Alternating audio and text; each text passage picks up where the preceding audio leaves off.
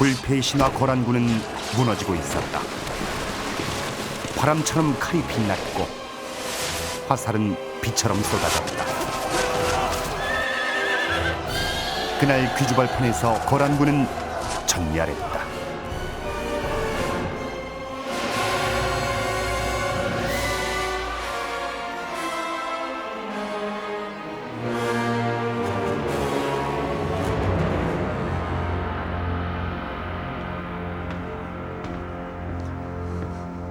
서기 993년 고려는 거란의 침입을 받게 됩니다.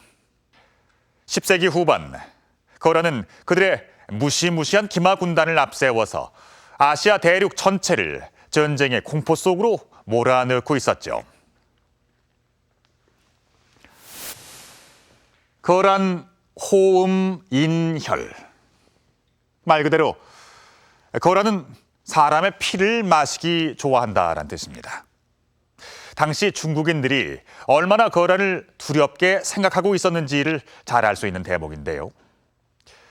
이렇게 악명 높았던 거란의 기마 군단을 물리치고 27년간의 전쟁에 막을 내리게 한 것이 바로 귀주 대첩이었습니다. 과연 고려가 당대 최강인 거란 군대를 물리칠 수 있었던 비결은 무엇이었을까요?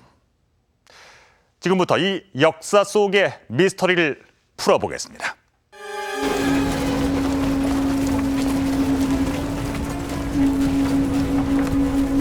(1019년 2월 2일)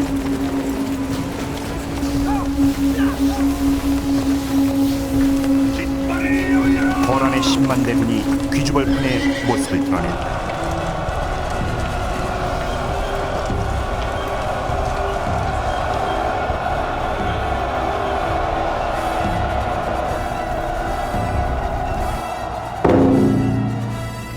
최후의 전투, 어느 한편이 죽어야 끝나는 전쟁이었다.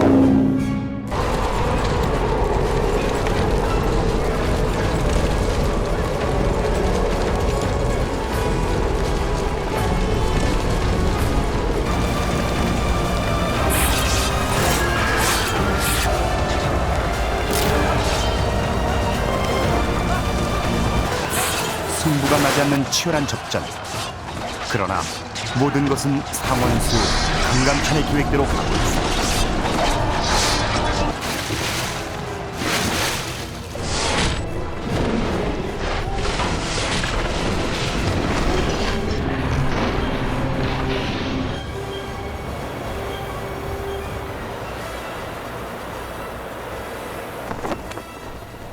깃발이 북쪽 거란군을 향해 나부꼈다. 남풍을 타고 강한 비도 적진으로 퍼부었다. 동요하기 시작하는 거란군.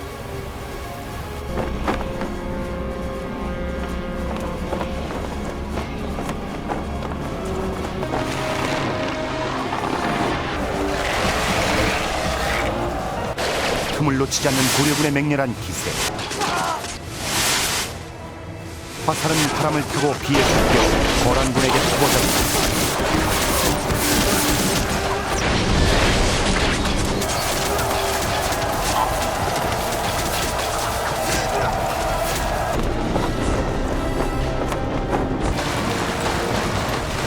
거란군을 추격해온 김종현 부대가 도착한 것도 이때였다. 고려군의 협공이 시작되자 거란군은 달아나기 바빴고 고려군의 한맺힌 복수가 시작됐다.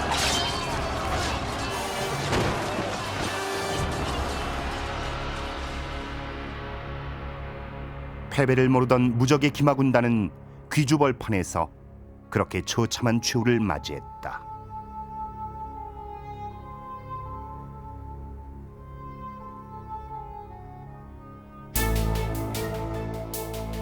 역사는 거란군 10만이 쳐들어왔지만 살아 돌아간 자는 겨우 수천에 불과했다고 기록하고 있다.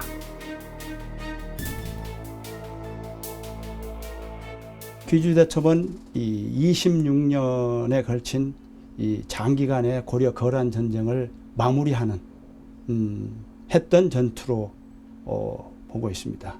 이 전투에서 대승을 거둠으로써 거란이 다시는 고려를 넘나오지 못할 상태가 됐고, 여진이 성장해서 여진이 금나라를 세우면서 다시 중국으로 진출해서 거란을 멸망시키게 됩니다.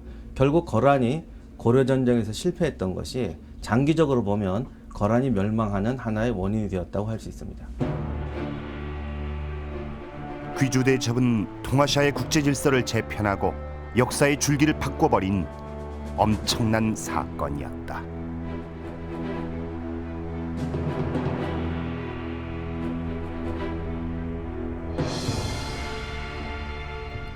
서울 관악구에 위치한 낙성대는 바로 강감찬 장군이 태어난 곳이다.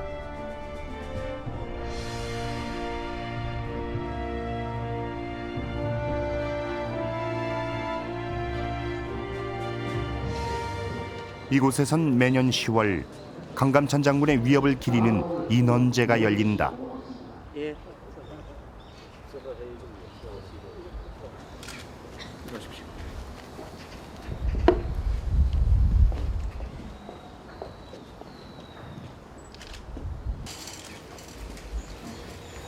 위기에 처한 고려를 구해낸 명장 강감찬은 귀주 대첩으로 거란의 침략 의지를 완전히 꺾어놓았다.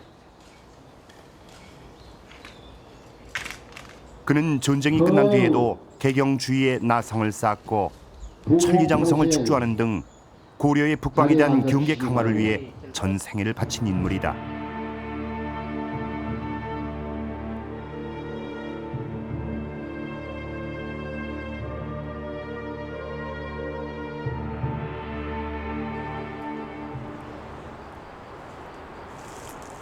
경기도 광명시엔 강감찬의 후손 금천 강씨들이 모여 살고 있다.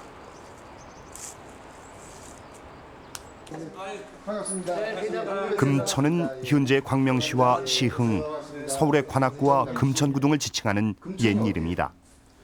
강감찬 장군의 대를 이어 후손들이 이곳을 터전으로 살아가고 있다. 현종께서 그 승전 소식을 들으시고 영파역까지 친히 나오셔가지고 금화 팔찌를 이렇게 꽂아주시고, 그러면서 현종께서 하시는 말씀이 강장군이 아니셨으면은 우리 민족이 모두 오랑캐 옷을 입을 뻔했다고 이런 말씀을 하셨다는 거죠. 성종, 계미, 문과, 장원, 검교, 태사, 문화시중, 평장사. 금천 강씨의 족보엔 강감찬 장군이 문과의 장원급제하여 재상에 해당하는 태사문화시중에 오른 문신으로 기록돼 있다. 보통 우리 국민들이 강감찬 장군으로만 알고 있는데 원래는 이 양반은 재상입니다. 문관이에요. 문관으로 이 장원급제를 하신 분인데 하도 구두대첩이 유명하기 때문에 장군이라는 걸로 아주 아필이 됐기 때문에 강감찬 장군 그러는데 원래는 이 양반이 문신입니다. 35이란 늦은 나이에 과거에 합격한 강감찬은 문곡성이라 불릴 정도로 뛰어난 문신이었고 그 진가는 전장에서 여실히 드러났다. 당시 아시아의 국제 질서는 한마디로 삼각관계로 요약됩니다. 군소국가들이 난립하던 5대 십국 시대가 지나고 북쪽엔 거란이, 또 남쪽엔 송나라로 양분되는 형국이었는데요. 이 두 강대국이 서로 마주하고 있었으니 자연스레 전운이 감돌 수밖에 없었습니다. 팽팽하게 세력 다툼을 벌이던 두 나라가 교전을 벌일 때 배후에서 고려가 공격해 온다면 매우 심각한 상황일 수밖에 없었던 것이죠. 그래서 이 거란과 송 두 나라는 고려를 자신들의 편으로 끌어들이기 위해 경쟁적으로 노력을 기울이게 되는데요. 과연 고려는 어떤 선택을 하게 될까요? 중국 파림좌기 임동, 거란의 수도 상경성이 있던 곳이다. 상점의 간판들은 한때 이곳이 거란의 수도였다는 것을 말해준다. 실가지인 태조 야유라복이 상이 있다. 그는 흩어져 있던 부족들을 통합하여 이곳에 거란국을 세우고 중원의 강자로 성장한다.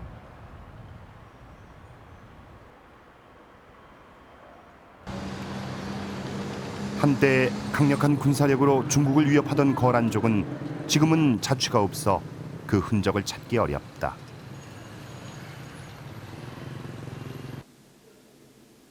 상경박물관엔 당시 거란인의 모습이 남아있다. 거란인들은 많은 벽화를 남겼는데 벽화 속 거란인들의 모습은 매우 특이하다. 머리카락을 칼로 밀어버리고 일부만 남겨버린 곤발 때문이다. 이런 기묘한 외모가 중국인들에겐 두려움의 대상이 되기도 했다. 그들은 북방의 초원에서 바람처럼 나타나 중국 대륙을 습격하곤 했다.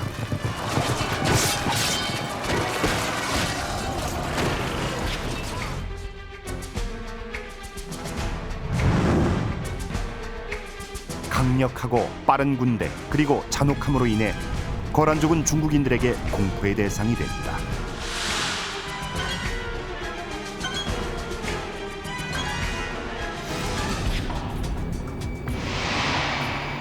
거란은 강력한 기마군단을 앞세워 동북아 일대를 석권하고 중원을 넘보는 대제국을 건설했다.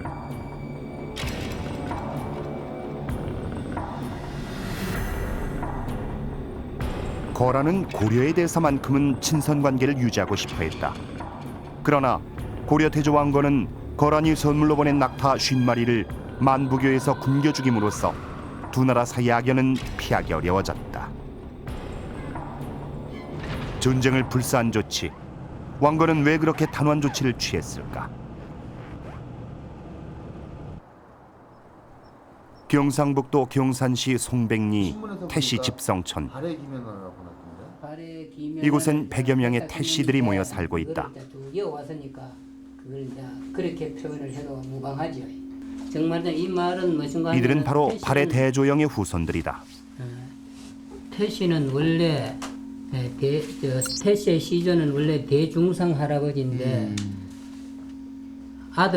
그 아들 대조영의 제일 마지막 왕의 세자 왕현 할아버지께서 우리 남은 우리 지파들을 데리고 이제 고려에 귀화했는데 그때 당시 고려에서도 우리의 그 발해의 그 내용을 너무나도 잘 알기 때문에 아주 중하게 참 받아들이고. 발해를 멸망시킨 것은 바로 거란이었다. 발해는 우리 친척의 나라다. 이렇게 또 한 적이 있습니다. 그런 걸 본다면은 동종 관계도 있고 또 고려라 그런 나라와 이 계승 이식 막 이런 것들이 깔려가지고 거란에 돼가지고 탐탁이가 아니라 적대 관계를 한 겁니다.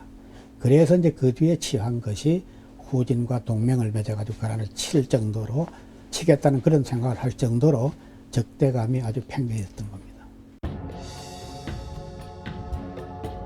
918년 왕건은 나라를 세우면서 국호를 고려로 정했다. 이는 옛 고구려를 계승할 것이라는 의지의 표명이었다. 고려는 북진 정책을 거듭해 거란과의 충돌은 시간 문제였다.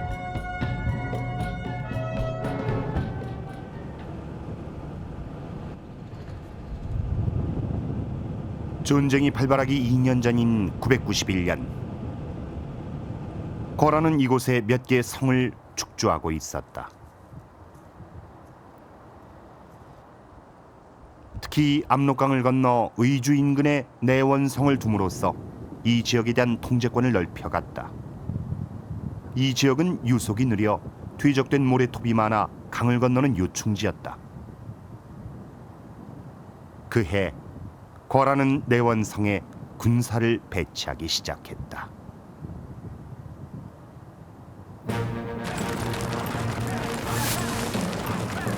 (993년) 거란은 마침내 80만이라는 압도적 규모의 군사를 동원해 고려를 침입해왔다. 동경을 출발한 거란군은 봉산에 진을 치고 고려군과 첫 전투를 벌인다.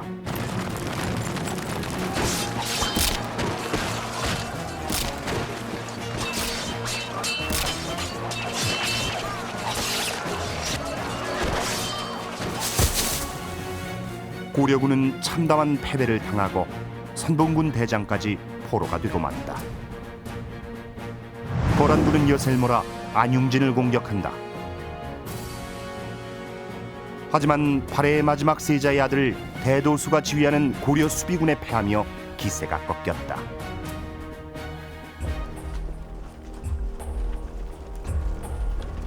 양국은 추가 전투보다 단판에 들어갔다.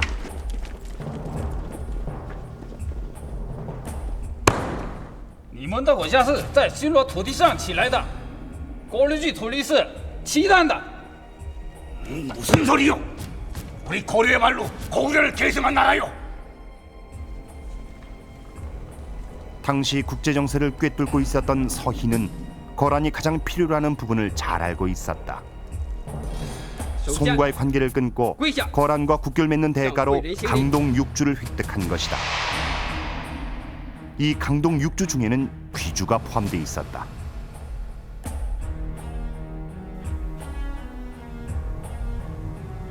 고구려가 망하고 300년이 지나서야 압록강은 우리 역사 속으로 다시 들어오게 된다.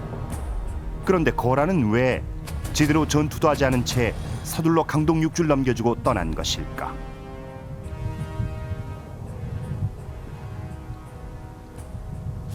예, 교섭이 땅을 뺏고 하는 그러한 상태가 아니고 이 고려라는 나라로 하여금 이 소위 말해서 외교적으로 주종 관계를 형성해서 배후 세력의 안정만 도모하려고 하는 것이 주 목적이 아닌. 거란의 목표는 처음부터 중원의 송을 치는 것이었다. 고려를 침입한 이유는 바로 고려와 송의 관계를 단절시키는 데 있었던 것이다.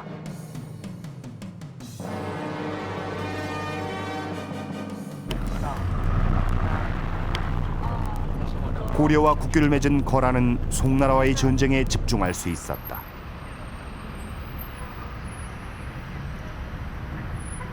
고량강 주변, 이곳은 거란과 송나라가 30년에 걸쳐 싸웠던 역사의 현장이다.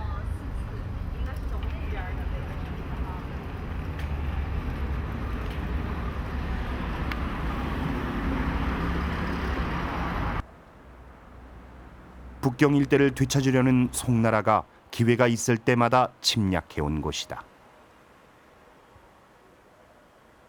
辽国和北宋啊，这会儿打得非常激烈。完了，最初是北宋是整个把这个燕京啊，当时叫燕京，整个就包围了，围困好多天，可是打不进去。后来这辽国的援军到来以后，就惨败。 北宋就惨败了，皇帝啊都差点被抓住，坐驴车逃跑了。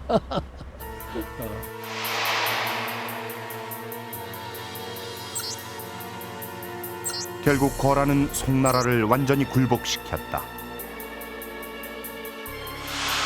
송나라는 매년 은 10만 양, 비단 20만 피를 거란에 바치기로 약속하고 나서야 평화를 얻었다.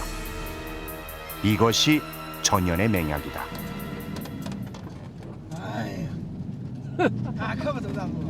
중국 내몽고 자치구 파리무기. 이곳엔 거란의 초전성기를 구가했던 거란 황제 성종의 유적이 있다. 由于下雨等等原因吧，它又自然塌陷了。 거란의 무덤은 다른 유목민들과 마찬가지로 높은 봉분을 만들지 않는다. 성종의 능은 묘실만 해도 7개나 되는 거대한 무덤이다. 발굴 조사 후 완전히 폐쇄했지만 능의 일부가 무너져 내려 묘실이 외부로 노출됐다. 무덤 내부는 그의 명성만큼이나 크고 화려하다. 다양한 벽화로 장식돼 있는 거대한 지하 궁전이다. 他在位的时候是辽朝达到顶点、鼎盛阶段，就一个顶点时期。他在位的时候，他不单是对高丽人发动战争最剧烈的时候，同时呢，也是对中原地区这种南北的南方民族、北方民族对抗，达到一个最终解决的地步。像澶渊之盟，1004年的澶渊之盟的缔结，就是辽圣宗在位的时候，是他的统和22年。 대제국 거란의 전성기를 이끌었던 성종. 송나라와 맹약을 맺어 남쪽이 안정되자 그는 다시 고려를 넘보기 시작했다.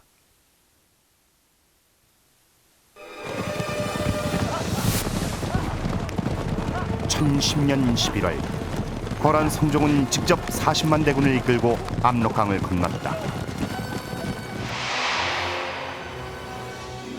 통주에서 고려의 주력 부대 30만을 격파하고 파죽지세로 이듬해 정월 초하루 개경에 입성했다.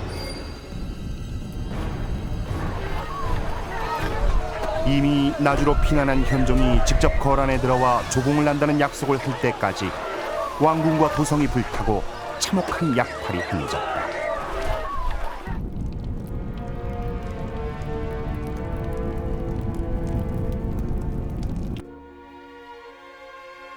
그러나 수많은 인지를 포로로 끌고 가던 중 이미 정복했던 성들이 연쇄적으로 반란을 일으키며 퇴각하는 거란군의 발목을 잡았다.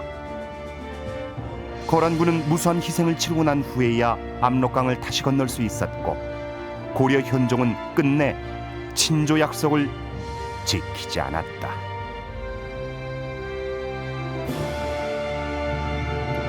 유목민족에서 출발한 거란은 사냥과 기마에 익숙해 별도의 훈련 없이 바로 전투에 동원될 수 있는 국민 전체가 군사 집단이었습니다.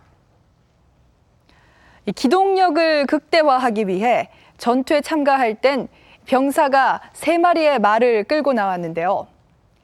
활 4개, 화살 400개, 그리고 창과 도끼 등을 개인적으로 갖추도록 했습니다. 이 특이한 점은 전투병 1인당 1명씩 배치된 타초국인데요. 이들은 별도의 보급 없이 현지 조달을 원칙으로 하는 거란군의 약탈 전문 병사였습니다. 거란의 성종은 거란 제국 최고의 황제였습니다. 그의 치세 당시 거란 제국은 세계 최강이랄 만큼 막강한 국력을 갖고 있었죠. 하지만 그가 친정했던 2차 전쟁에서도 고려를 완전히 굴복시키지 못하자 자존심에 큰 상처를 입게 됩니다. 절치부심 끝에 드디어 거란 성종은 고려의 약점을 발견하게 되고 이를 격파할 비책을 숨긴 채 최후의 공격을 감행해 오게 됩니다. 과연 거란의 전략은 무엇이었으며 고려는 또 어떻게 대응을 했을까요? 1018년 고려와 거란 최후의 전쟁이 시작됩니다. 고려 왕이 친조하지 않자 다시 한번 고려에 대한 대대적인 침공이 기획되고 있었다. 그간의 실패를 경험으로 청야전술을 펼칠 고려군의 허점을 찔러 속전속결로 개경까지 점령한 후 고려 국왕을 잡을 계획이었다.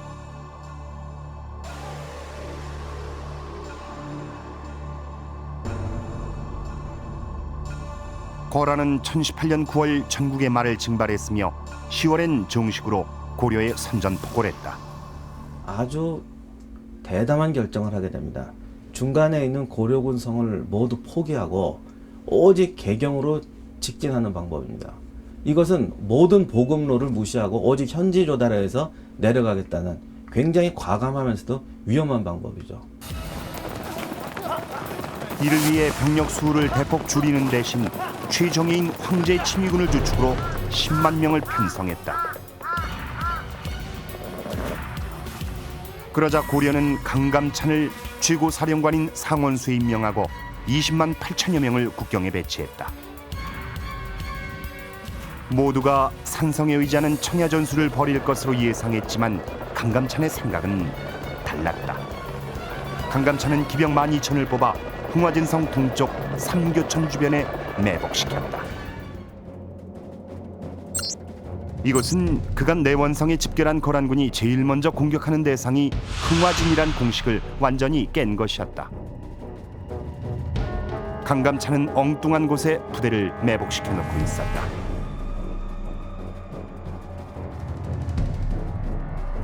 그런데 12월 10일 남하를 시작한 거란군은 흥화진을 뒤로하고 매복조가 있는 곳으로 기동했다. 강감찬은 개경직공이란 적의 작전을 간파하고 있었던 것이다.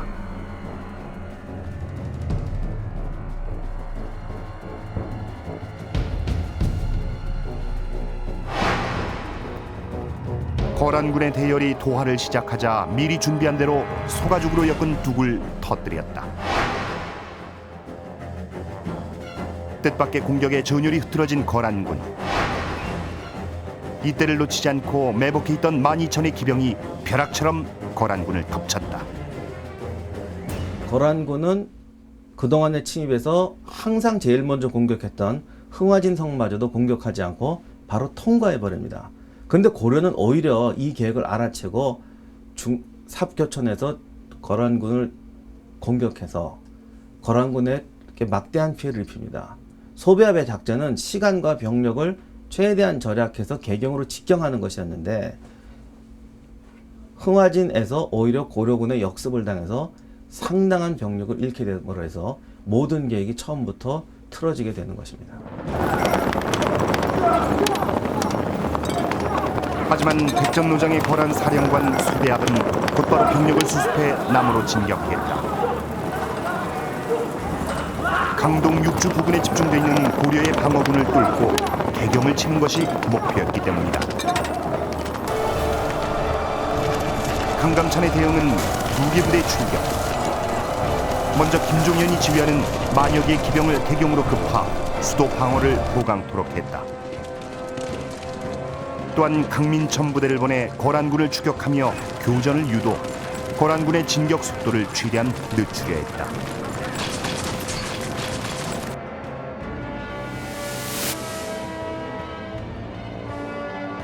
쫓고 쫓기는 추격전 끝에 고려군은 상당한 성과를 거두지만 결국 거란군은 집요한 추격을 뿌리치고 개경 부근까지 진출한다.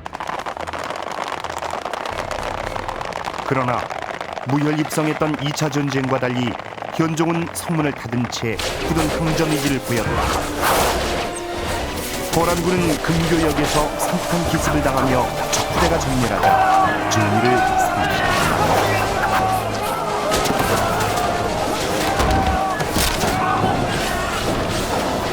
2차 침공 때만 해도 현종은 거란군이 올 때 개경을 싸우지 않고 포기했습니다.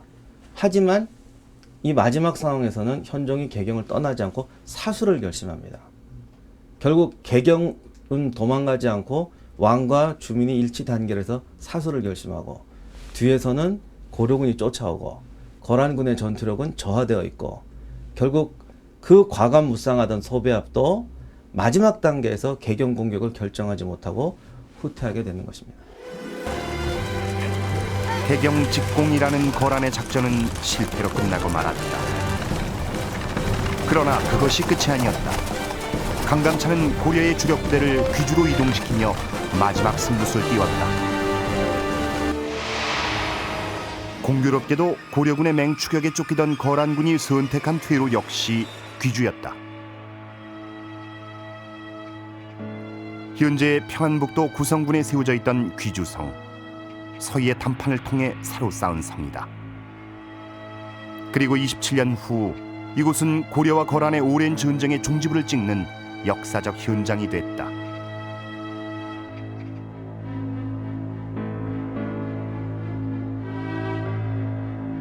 그러나 강감찬은 성을 버리고 벌판 한가운데서 거란군을 맞이하는 전혀 새로운 전술을 선택했다.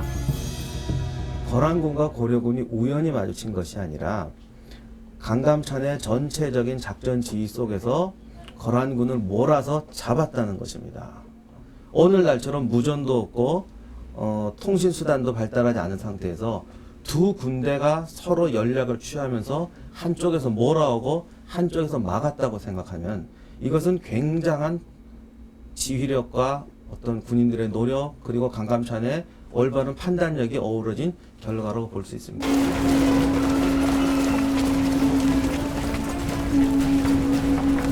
2019년 2월 2일 27년간이나 지속됐던 고려와 거란의 싸움을 총결산하는 한판 승부가 귀주의 벌판에서 펼쳐지려 하고 있었다.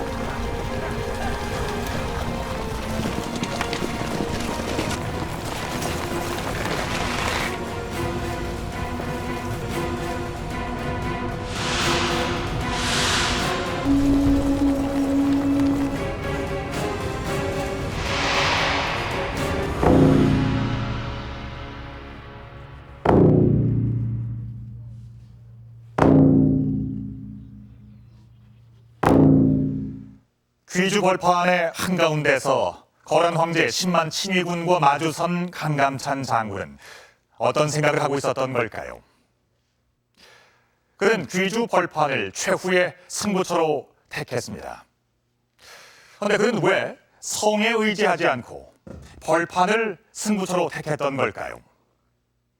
여기엔 강감찬의 빛나는 지략이 숨어 있었습니다. 쫓기듯 밀려온 거란군과 마치 모든 것을 예견한 듯 귀주에서 기다리고 있었던 고려군. 종착역으로 치닫고 있던 이 27년간의 전쟁은 이제 이 한 번의 전투에서 승패를 가리게 됩니다. 강감찬에게 남겨진 마지막 승부수. 그것은 과연 무엇이었을까요?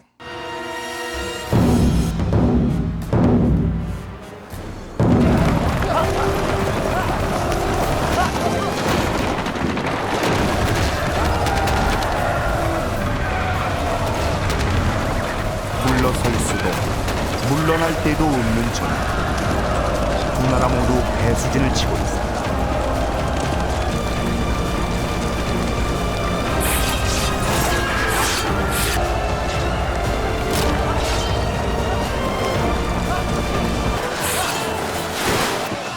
양군 모두 결정적인 우위를 점하지 못한 채 승부는 기록되고 있었다.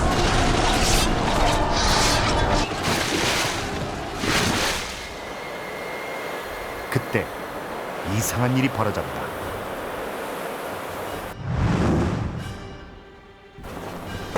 갑자기 바람이 바뀌어 강한 남풍이 불어오고 빗줄기가 몰아쳤다.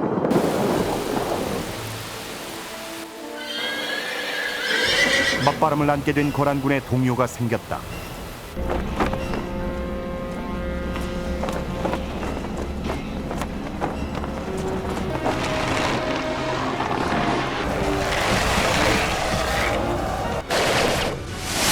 화살이 바람을 타고 비에 섞여 거란군을 향해 퍼부어졌다.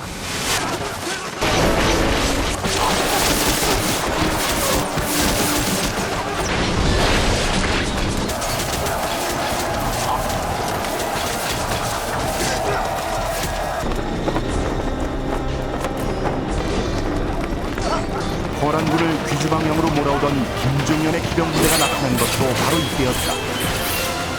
거란군의 후미를 강타하자 거란군은 달아나기 급급했다. 고려사 전유엔 적의 실체가 들판을 널리고 10만 대군 중에 살아 돌아간 자는 겨우 수천 명에 지나지 않았다고 기록하고 있다. 전쟁 또는 전투의 승리의 하나의 조건이라고 한다면 천혜, 그리고 지리, 그리고 인화, 이 세 가지를 되게 꼽습니다. 귀두대첩은 바로 이 세 가지가 가장 잘 맞아 떨어진 전투라고 할 수가 있어요. 강감찬과 여러 장수의 지휘하에 여러분들이 아주 그 효과적인 협공을 함으로 해서 합동작전에 크게 성공을 하고 마지막 그 여효전쟁의 그 대단원을 그 확실한 대승으로 거둘 수 있게 되었던 것이죠. 때마침 불어온 남풍은 과연 신의 축복이었을까?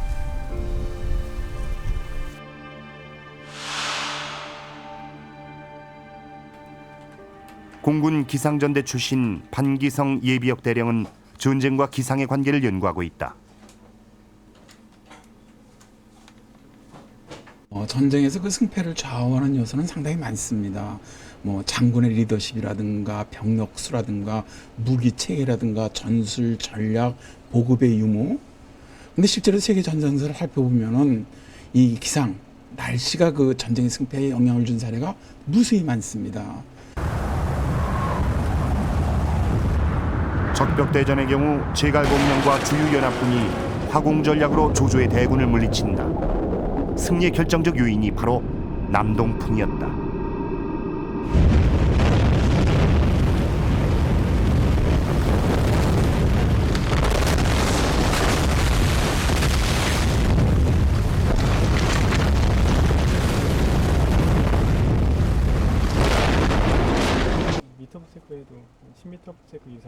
우리나라의 경우 겨울철엔 주로 북풍이 분다. 그렇다면 귀주대첩의 남풍은 과연 사실일까? 이것이 이제 온난화를 통과해 나가면서 실제로 그 강한 그 강수 현상이 발생하는 것을 볼 수 있습니다. 뜻밖에도 올해 2월 13일 귀주대첩 당시와 마찬가지로 강한 남풍이 분 사례를 찾을 수 있었다. 기압골이 북동진에 나갈 경우 온난전선이 통과하고 한냉전선이 들어오면서 바람이 급격하게 비운하며 남풍 계열로 바뀌게 되는 것이다.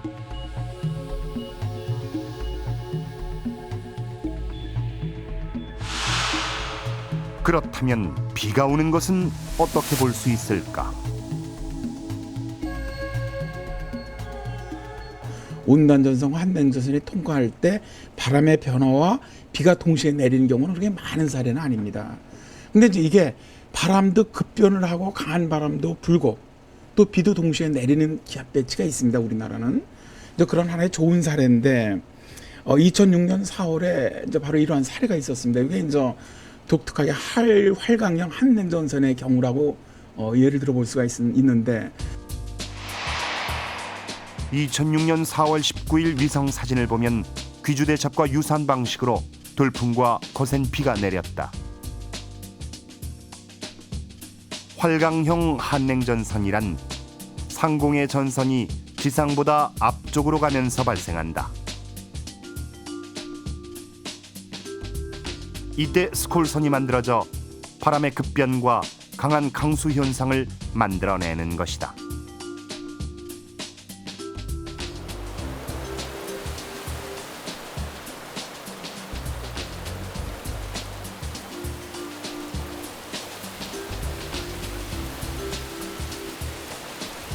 오히려 전선보다 그 앞에서 강한 비구름이 만들어지면서 강한 경우는 돌풍도 약 20m/s 이상의 돌풍과 남풍으로 바람이 바뀌면서 강한 비가 내리는 현상이 발생을 합니다.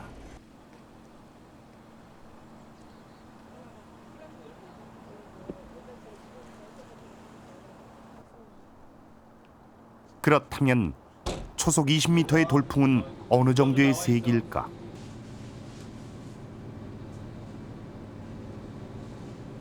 우린 직접 바람의 세기를 측정해 보기로 했다. 바람은 이쪽 정면에서 보게 될 것이고요. 네. 저희가 바람 속도는 초속 5m에서 5m 단위로 올리도록 하겠습니다.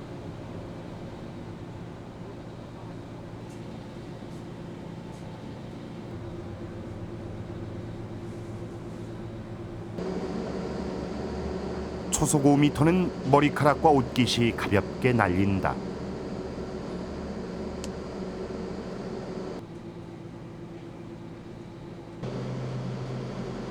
초속 10m가 되자 신문을 읽기 어려운 상황이 된다.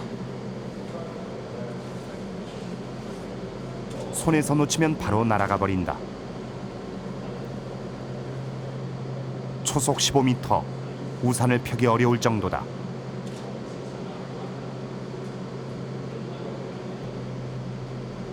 초속 20m는 똑바로 서 있기조차 어려운 정도의 강풍이다.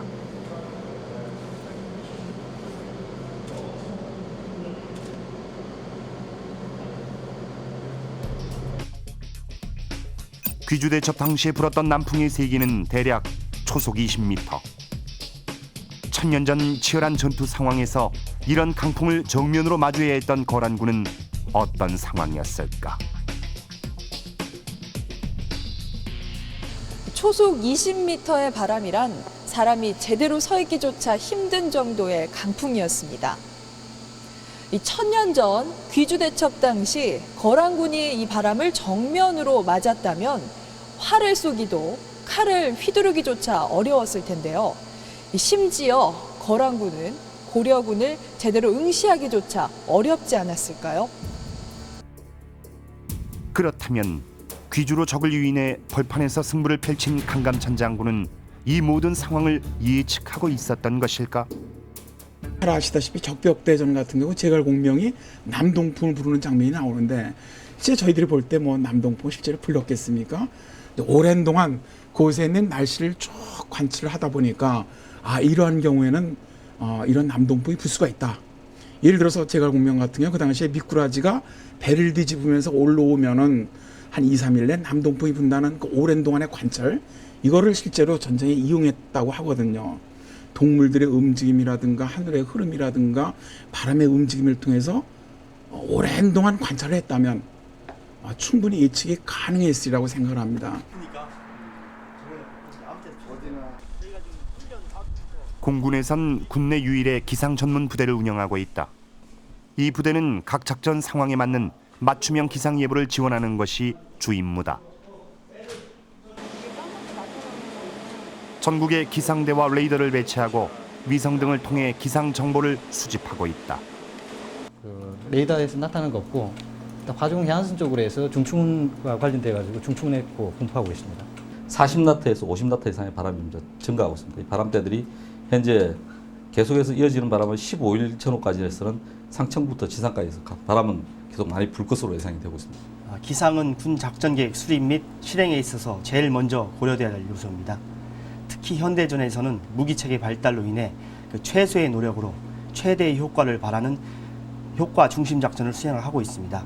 정밀 폭격을 수행하는 공군 작전을 비롯해서 지상 작전 그리고 해상 작전도 바람, 온도, 습도 등의 기상 요소에 많은 영향을 받고 있습니다. 그래서 저희들은 작전에 요구하는 맞춤형 기상 정보를 제공하기 위해 최선을 다하고 있습니다. 이렇게 수집된 기상 정보는 정밀 분석을 거쳐 국내 각 인트라넷에 공개하고 있다. 일기도상에서 오늘은 고기압 영향권에서 북동 기류가 지속 계속되겠습니다. 항공 작전에서 비행 지역의 기상 정보를 한눈에 볼 수 있는 것이다. 지상 작전의 경우에도 지역별로 작전 가능 여부를 세부적으로 볼 수 있게 했는데 단위부대, 작전 상황별로 그에 맞는 기상을 파악할 수 있도록 하고 있다. 현재 시간이 많이 흘러서 그 당시의 관측 자료라든지 예보 자료들이 존재하지 않기 때문에 그 당시 상황을 정확하게 설명을 할 수는 없지만은 아마 귀주대첩 당시에 강감찬 장군이 수성이 아닌 평지를 택해서 김하군이 주력인 거란족하고 맞승부를 하였다는 것은 아마 강감찬 장군이 이 전쟁을 준비하면서 많은 연구를 통해서 겨울철에 남쪽으로 기압골이 통과하면 북서풍에서 우리나라가 남동풍으로 급격하게 전환을 한다는 것을 경험적인 토대를 통해서 아마 알고 있지 않았나 생각이 들고 있습니다.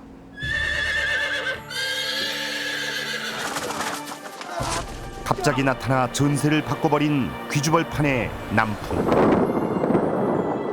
그것은 어쩌면 강감찬 장군의 마지막 승부수였을지도 모릅니다.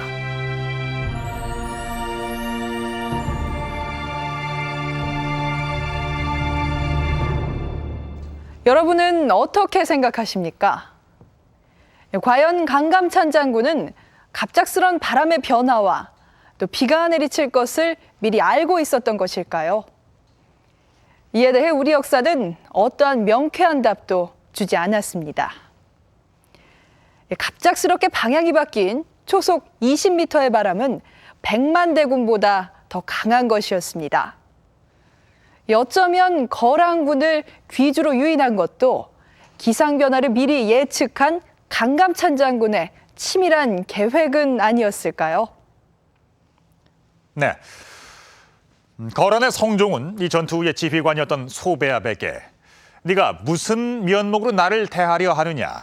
너의 얼굴 가죽을 벗긴 다음 죽이리라라는 그건을 할 만큼 대단히 진노했다고 합니다. 27년간이나 이어진 전쟁. 이 전쟁의 승패는 고려와 거란, 이 두 나라의 운명을 바꾸어 놓습니다.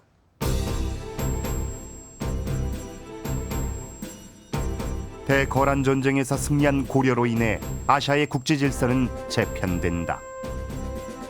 거란을 제압한 고려, 이를 목격한 주변 국가들의 태도가 달라졌다.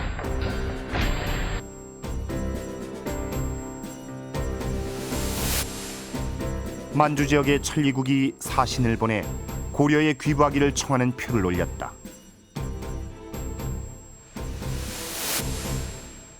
연이어 탐라국이 공물을 바치고 흑수말갈의 주장이 직접 찾아왔다.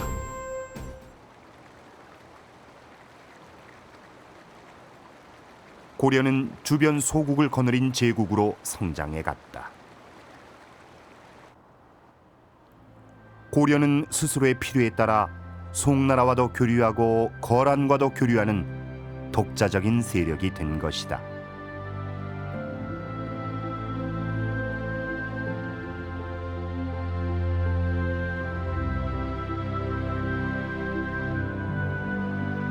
송나라를 대국으로 생각하던 고려의 태도도 달라졌다. 대등한 위치에서 발언권을 행사하려고 했다.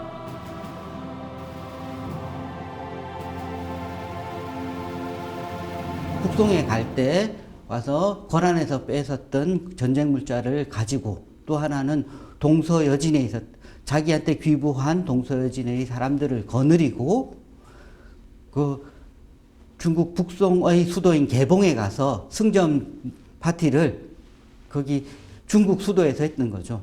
중국에서는 거란과 전쟁에서 고려가 이길이라고는 꿈에도 생각하지 못했던 거고요.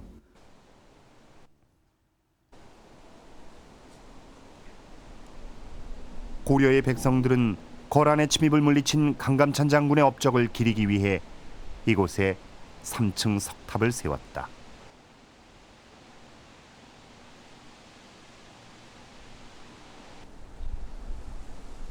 형태로 봐서 13세기경 세워진 것으로 추정되는 이 석탑엔 희미한 글자가 새겨져 있다.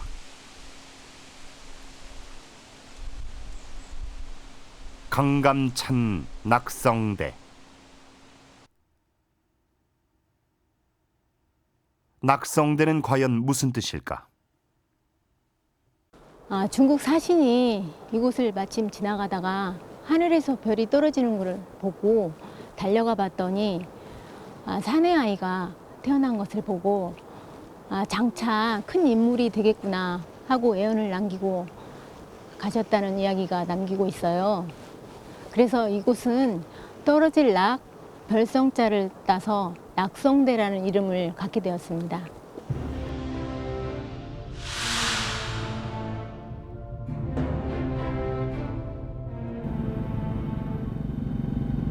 고려사를 비롯한 많은 문헌엔 강감찬 장군의 신비한 행적이 소개되고 있다.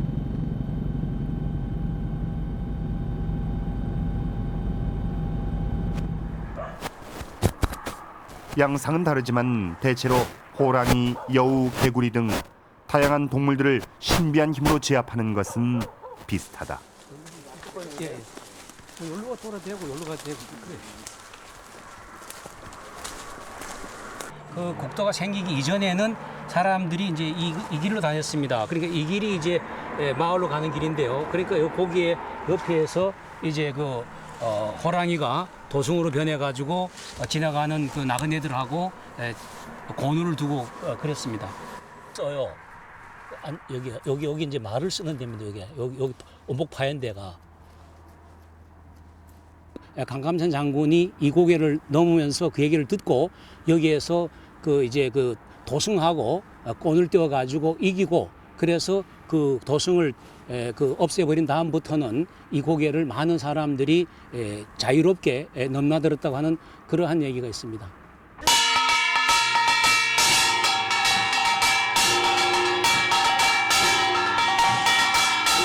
국가지정무형문화재인 강릉 관로 가면국에서도 강감찬의 모습을 발견할 수 있다.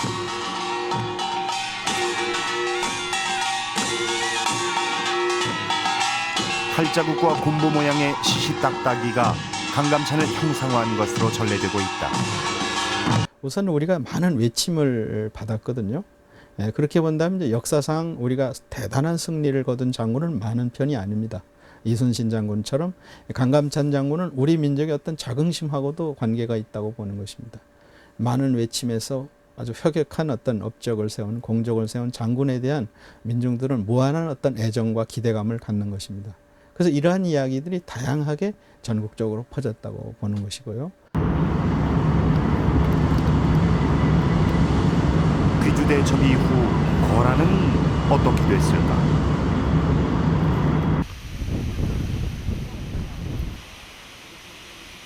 역사에서 완전히 실종됐던 거란족이 최근 다시 알려지기 시작해 학계의 관심을 끌고 있다.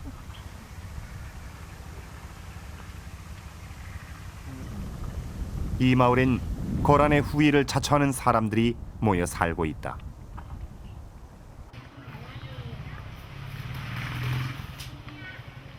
마을의 사당 곳곳에 거란의 시조 야율의 이름이 새겨져 있다.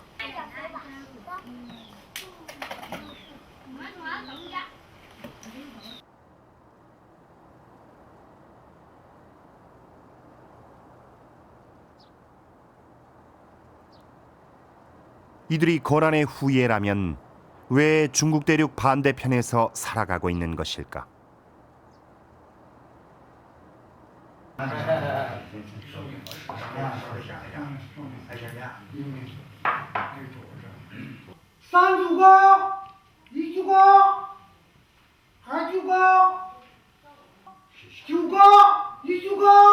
지금도 야율시 조상에게 제사를 지내는 이들의 정체는 무엇일까? 我们阿芒江先祖耶律阿保机先宋二等地狱了，权位就是经历了218年皇位。 대제국의 영광을 추억하는 이들은 지금도 대부분 족보를 간직하고 있다.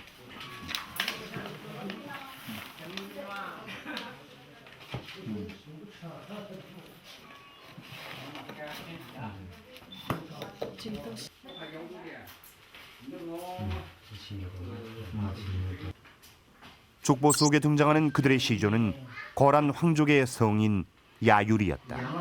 这个问题呢，用我叔叔给我讲，我公给我讲，当时我们几个契丹族呢被别人来杀以后呢，几个我们几个当时姓叶，以后姓吕，那个叶吕要阿芒江，是吧？当时我们几个叶吕那个我们那个契丹族呢，他不仅仅是姓蒋，有姓蒋的，有姓李的，有姓华的，有姓杨的。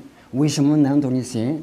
是吧？当时就是个人就是怕举哨嘛，是吧？最后呢，我们就改姓蒋，是吧？ 장군是26的。 거란이 멸망한 뒤 몽골의 용병이 돼 이곳까지 오게 됐다는 거란족. 그들은 숱한 우여곡절을 겪으며 이곳에서 살아남았다고 한다.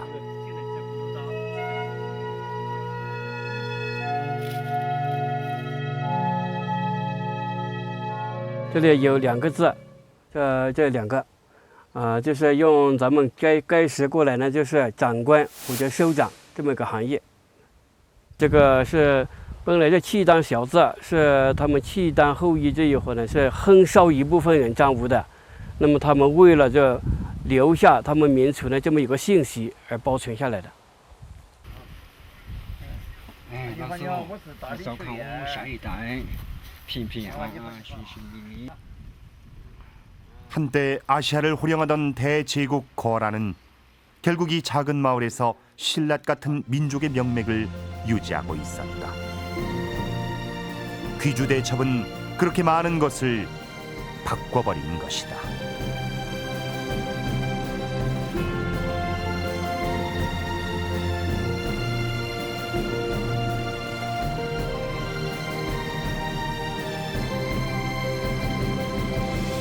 세계 전쟁사에 길이 기록될 세기의 전쟁. 귀주대첩은 고려와 거란의 운명을 송두리째 바꾸어 버립니다. 전쟁이 끝난 후 고려는 몽골의 침입이 있기까지 약 200년간 평화의 시대를 구가했고 거란은 결국 국군이 쇠퇴해서 여진이 세운 금나라에 의해 멸망당하고 맙니다. 뛰어난 지략과 통찰력을 지녔고 그래서 단 한 번의 패배도 허락치 않았던 강감찬 장군. 그는 11세기 아시아의 세력 판도를 뒤바꾸어 버린 세기의 영웅이었습니다.